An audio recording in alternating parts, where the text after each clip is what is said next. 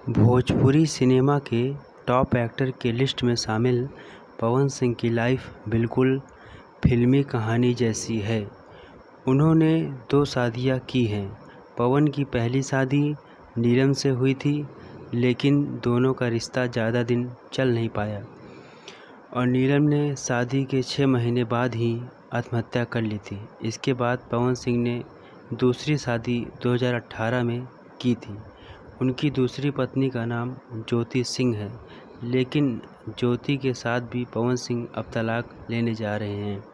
ऐसी खबर आ रही है कि आरा की कोर्ट में पहुंचे हैं पवन सिंह और पवन सिंह की पत्नी ने मांगा है 1 करोड़ रुपए कि मुझे मेंटेनेंस चार्ज जो देंगे आप वो 1 करोड़ रुपए होगा, लेकिन पवन सिंह इसमें हामी नहीं भर रहे हैं। तो कोर्ट ने अभी 6 महीने तक कहा है कि आप आपस में बातचीत करके मामला सुलझा के एक साथ रहिए, लेकिन ऐसा कुछ होने का संभावना नहीं है क्योंकि पवन सिंह अभी नेपाल में मूवी की शूटिंग कर रहे हैं, जो कि ऐसा दिख नहीं रहा है कि पवन सिंह और ज्योति सिंह दोबारा एक साथ आ सकते हैं,